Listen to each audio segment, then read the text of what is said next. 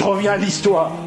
Je disais donc, le gars, après Salat al-Jumu'ah avec son fils qui avait à peu près 11 ans, il allait distribuer des fascicules. Tariq ila al-Jannah, le chemin vers le paradis. Tous les vendredis, on rencontrait des gens dans la rue, on allait toquer aux portes, on faisait du porte-à-porte.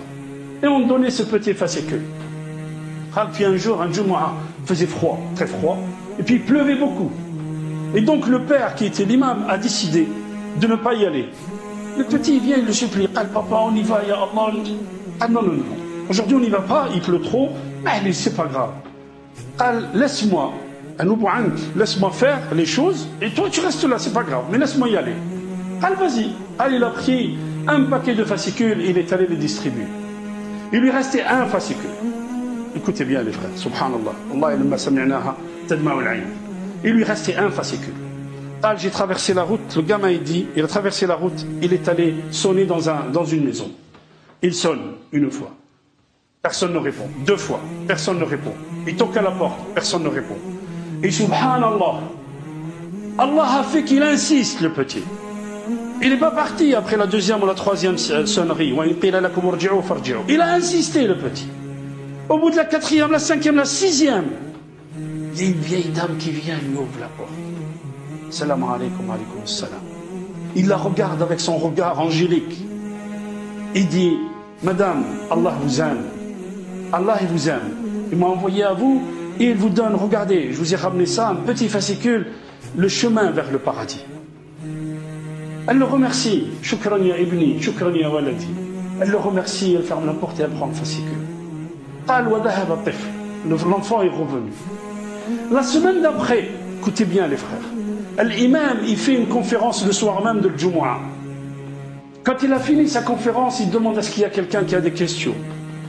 Il y a une dame qui lève la main à l'arrière de la mosquée.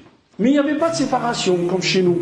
Nous, on pratique tellement la sunna qu'on sépare les femmes des hommes. Ar-Rasul sallallahu alayhi wa sallam, il ne l'a pas fait. Mais nous, on les sépare, ma'alish, c'est pas grave.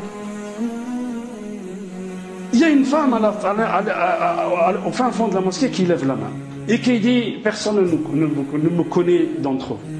Personne ne me connaît d'entre vous. Je suis nouvelle. Ça fait une semaine que je suis musulmane. Je suis une vieille dame. Mon mari est mort il y a quelques mois.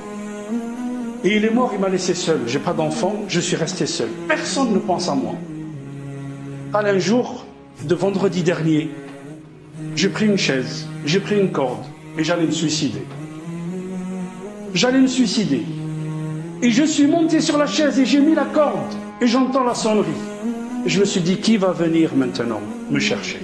J'ai dit, il va partir. Qui que ce soit, il va partir. J'ai attendu qu'il parte, il n'est pas parti. J'ai attendu qu'il parte, il n'est pas parti. Je me suis ravisé, je suis descendu pour ouvrir la porte.